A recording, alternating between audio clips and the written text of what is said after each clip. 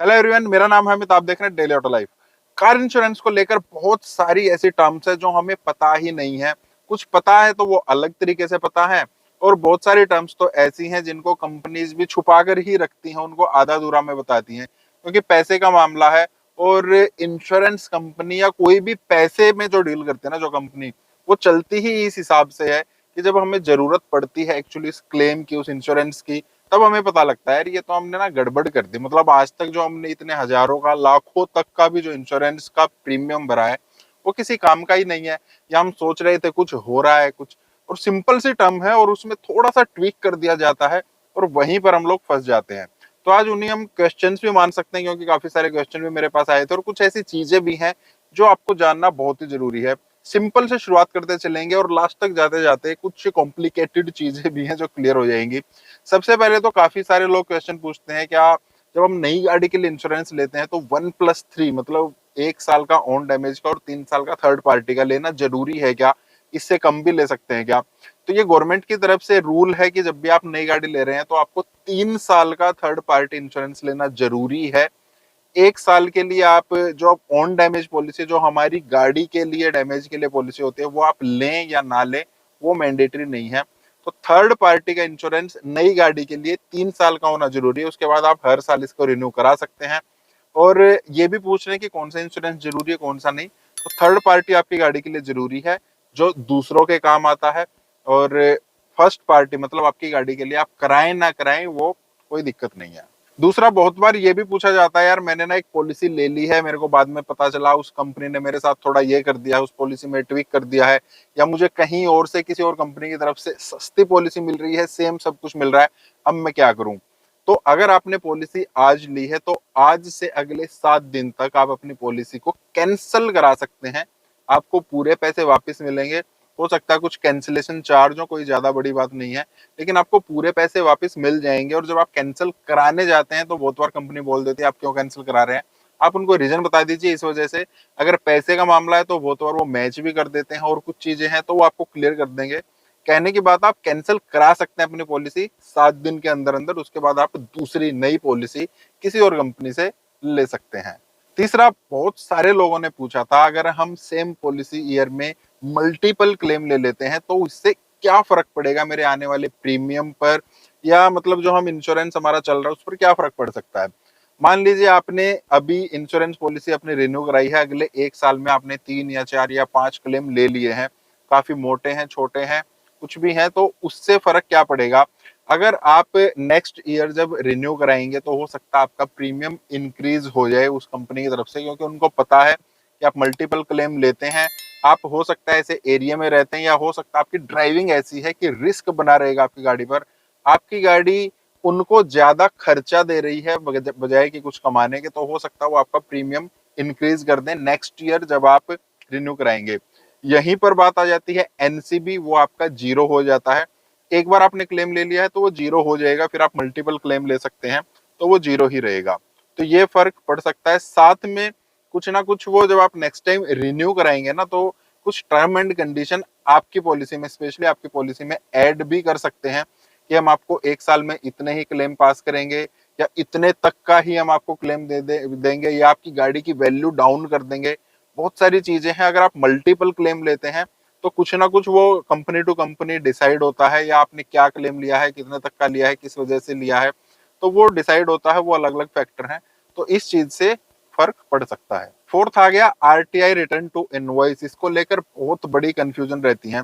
अब return to invoice हमें देता क्या है? मान लीजिए आपकी गाड़ी चोरी हो गई है, या आपकी गाड़ी टोटल लॉस में चली गई है, तो एक तो रिटर्न टू इनवॉइस का एक एड ऑन होता है, आप अपनी पॉलिसी के साथ ये ले सकते हैं। अगर आपकी गाड़ी में चोरी या टोटल लॉस हो गया है एक्सीडेंट की वजह से, तो आपको पूरा का पूरा पैसा वापस मिलेगा। जितने की आपने गाड़ी ली थी वो, प्लस जो आपने टैक्स दिया है रोड टैक्स वो, प्लस जो आपने इंश्योरेंस में पैसा दिया था वो, पूरी वैल्यू मिलती है चाहे आपकी गाड़ी कितनी भी पुरानी है। इसको लेकर कंफ्यूजन ये रहता है कि ये कब तक मिलेगा। सबसे पहले तो आपकी गाड़ी को 3 साल तक ये मिलेगा। नई गाड़ी में आप 3 बार ही ले सकते हैं, पहले साल, दूसरे साल, तीसरे साल। उसके बाद मोस्ट ऑफ द केस में बहुत सारी कंपनी, 99.9% कंपनी आपको रिटर्न टू इनवॉइस कवर नहीं देती हैं। दूसरा, जब इससे आईडीवी पे कोई फर्क नहीं पड़ता। आईडीवी होती है इंश्योर्ड डिक्लेयर्ड वैल्यू, आपकी गाड़ी की वैल्यू कितनी है। 3 साल के बाद आपकी गाड़ी की वैल्यू डाउन हो जाती है। तो हम क्या सोचते हैं कि यार एक 10 लाख की गाड़ी पकड़ के चलते हैं, 3 साल के बाद हम मान लेते हैं वो 7 लाख रुपए उसकी वैल्यू रह गई है। अब 7 लाख के हिसाब से कैलकुलेट होगा उसका प्रीमियम, मान लेते हैं 30,000 रुपए। तो हम क्या करते हैं, जानबूझकर 7 लाख वैल्यू की बजाय 5 लाख रुपए वैल्यू उसकी कर देते हैं, ताकि वो जो 30,000 रुपए का प्रीमियम है वो हमारा 20,000 रुपए पर आ जाए। और उसके साथ हम ले लेते हैं रिटर्न टू इनवॉइस, क्योंकि बाई चांस हमारी गाड़ी टोटल लॉस में चली गई तो अब आईडीवी से तो कोई मतलब है ही नहीं, हमें तो पूरे पैसे मिलने हैं। लेकिन यहीं पर हम गलती कर देते हैं। इसको एक अनलॉफुल प्रैक्टिस माना जाता है कंपनी की तरफ से। वो बोलते हैं कि आपको जितनी वैल्यू डेप्रिशिएट हुई है ना, उतनी ही उसमें शो करनी चाहिए थी। कि आपने गलत तरीके से प्रीमियम कम करने के लिए आईडीवी कम शो की है, उसके बाद आपने आरटीआई ले लिया है, तो ये अनलॉफुल एक्टिविटी आपकी मानी जाएगी और इस केस में आपका क्लेम कैंसिल भी हो सकता है, या फिर वो आधा क्लेम भी दे सकते हैं, या वो बोल सकते हैं आपने इस टाइप की एक्टिविटी की है तो हम अब आपको आईडीवी वैल्यू ही देंगे, हम आपको रिटर्न टू इनवॉइस वाला क्लेम नहीं देंगे। तो अगर आप आरटीआई ले रहे हैं, 3 साल तक ही मिल सकता है, तो उसके साथ जितनी वैल्यू आपकी गाड़ी की आईडीवी होनी चाहिए प्लीज उसको उतना ही रखें। उसके बाद आ जाता है जीरो डेप। इसको लेकर लगभग सभी लोग इसको ले लेते हैं, बहुत ही बढ़िया है, कोई पैसा नहीं देना, हमारी गाड़ी कहीं लग गई, फाइल चार्ज दी और छुट्टी। लेकिन ये कब तक हमारी गाड़ी को मिलेगा? ऐसा तो है नहीं कि हमारी गाड़ी 10 साल 15 साल पुरानी हो गई, हम तब भी जीरो डेप ले जा रहे हैं।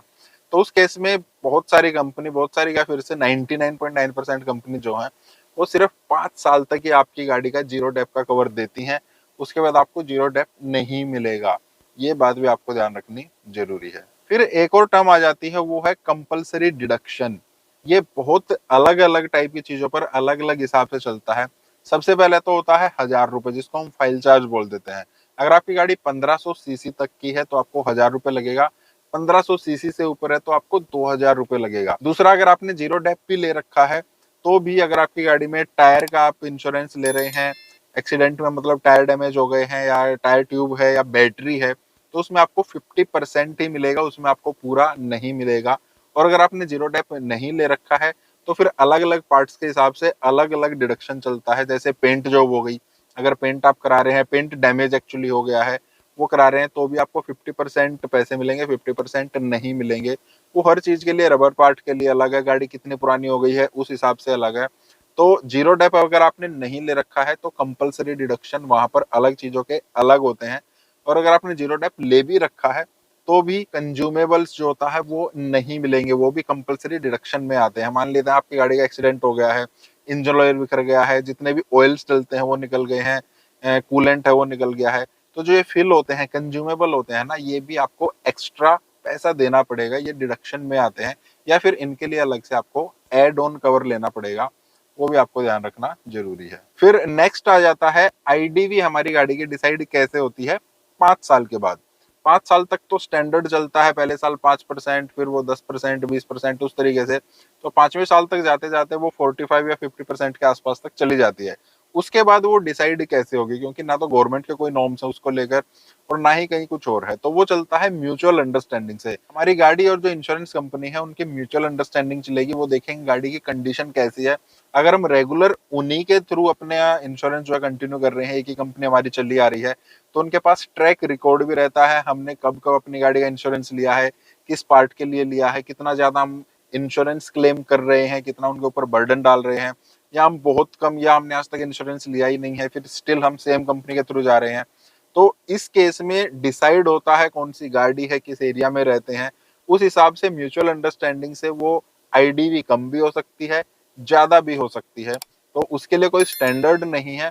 लेकिन जब आप स्विच करते हैं एक कंपनी से दूसरी कंपनी में, तो हो सकता है वो आपकी गाड़ी को थोरोली चेक भी करें, पिक्चर्स भी क्लिक करें, वीडियो भी बनाएं। लेकिन अगर आप एक ही कंपनी में बने रहते हैं, आपने क्लेम्स कम लिए हैं, तो आपकी गाड़ी की वैल्यू ज्यादा लगेगी। अगर आप क्लेम्स ज्यादा लिए हैं, आपने इधर उधर से ठुकी पिटी रहती है, तो उस केस में आपको आईडीवी कम मिलेगी। नेक्स्ट, बहुत बड़ी गलती बहुत सारे लोग करते हैं, छोटा सा हल्का सा पैसा बचाने के लिए बहुत बड़ा नुकसान कर लेते हैं। वो होता है रॉन्ग एनसीबी शो करके। ऑनलाइन बहुत सारे लोग जो है इंश्योरेंस ले लेते हैं, वहां पर एक ऑप्शन होता है एनसीबी, कितना था आपका लास्ट ईयर। तो वहां पर हम कुछ भी अपनी मर्जी से डालते हैं, हो सकता है हमारा लास्ट टाइम 0 है और हमने डाल दिया है इस बार 50%, हमने डाल दिया है 30%। तो ध्यान रखिए आपकी गाड़ी का एनसीबी इस साल कितना होने वाला है। अगर आपने पिछले साल क्लेम लिया है तो इस साल आपको एनसीबी 0 ही करना है। एक स्लैब आपको दिखा दे रहा हूँ, इस हिसाब से आपको डिसाइड करना है। और अगर आपने किसी भी साल क्लेम ले लिया है तो नेक्स्ट ईयर के लिए आपको 0 करना है। एनसीबी से आपके थोड़े पैसे बच तो जाते हैं, लेकिन अगर आपको क्लेम लेना पड़ेगा, कंपनी के पास डॉक्यूमेंट जाएंगे, वो आगे और पीछे का पूरा रिकॉर्ड चेक कर लेते हैं, और उसमें अगर रॉन्ग एनसीबी आना तो सीधा सीधा आपके क्लेम पर काटा लग जाएगा। हो सकता है आपने एनसीबी गलत डालकर 1,000 रुपए बचा लिया हो, लेकिन जब क्लेम वो लाखों का आएगा ना, तो आपको एक भी पैसा नहीं मिलेगा, सिर पकड़ लेंगे आप अपना। और नेक्स्ट बहुत ही इंपॉर्टेंट चीज है, बहुत कम लोगों को इस बारे में पता है, जीरो डेप में हम कितने क्लेम ले सकते हैं एक इंश्योरेंस पॉलिसी में। आपने आज इंश्योरेंस कराया अपनी गाड़ी का, अगले एक साल में जीरो डेप में आप कितने क्लेम लेंगे? आप ले सकते हैं दो। 99.9% केस में आप दो ही ले सकते हैं, जब तक आपको कंपनी ने ना लिखा हो। आप एक बार टर्म एंड कंडीशन पढ़ लीजिएगा। आपने एक क्लेम ले लिया, आपने दूसरा क्लेम ले लिया, बाई चांस आपका तीसरा क्लेम भी आ गया है, तो आपके बम्पर टूट गया है, आपके मतलब रबर पार्ट टूट गया है, कहीं पर फाइबर पार्ट है वो टूट गया है, ग्लासेस टूट गए हैं, पेंट में दिक्कत आ गई है, अगर तीसरा क्लेम आप सेम पॉलिसी ईयर में ले रहे हैं तो आपको जीरो डेप में नहीं जाएगा, आपका नॉर्मल इंश्योरेंस में जाएगा। नॉर्मल इंश्योरेंस तो आप कितने भी ले सकते हैं, लेकिन फिर वो जीरो डेप में नहीं जाएगा। फिर वो जो कंपलसरी डिडक्शन की बात हुई थी ना, फिर वो आ जाते हैं। तीसरे क्लेम में कंपलसरी डिडक्शन हो जाएंगे। हो सकता है ऐसा हो आपका 1,00,000 रुपए का क्लेम आया है, उसमें 30,000 रुपए आपको अपनी जेब से भरने पड़ रहे हैं, बाकी 70,000 कंपनी दे रही है। तो ये ध्यान आपको रखना है। बाई चांस आपका तीसरा मतलब क्लेम भी आ जाता है सेम पॉलिसी ईयर में, और आपको लग रहा है कि ये ज्यादा होगा, तो आप उसको टालते रहिए, गाड़ी को ऐसे ही चलाते रहिए। जब आप उसको दोबारा से रिन्यू कर लें तो नेक्स्ट पॉलिसी ईयर में जीरो डेप में आप उसको ले सकते हैं। तो ये कुछ क्वेश्चंस थे, कुछ टर्म्स थी जो मुझे क्लियर करनी थी। और भी कोई अगर आपके पास क्वेश्चन है तो आप बता सकते हैं, नेक्स्ट टाइम हम उसको भी कवर करने की कोशिश करेंगे। कुछ इसमें भी आपको पूछना, आप पूछ सकते हैं, कोशिश करूंगा जितनी जल्दी जवाब हो उसके देने की। बाकी आपको कैसी लगी वीडियो आप बता सकते हैं। इस टाइप की और वीडियोस के लिए आपको इस वीडियो को लाइक करना, चैनल को सब्सक्राइब करना। मिलते हैं नेक्स्ट में, थैंक यू।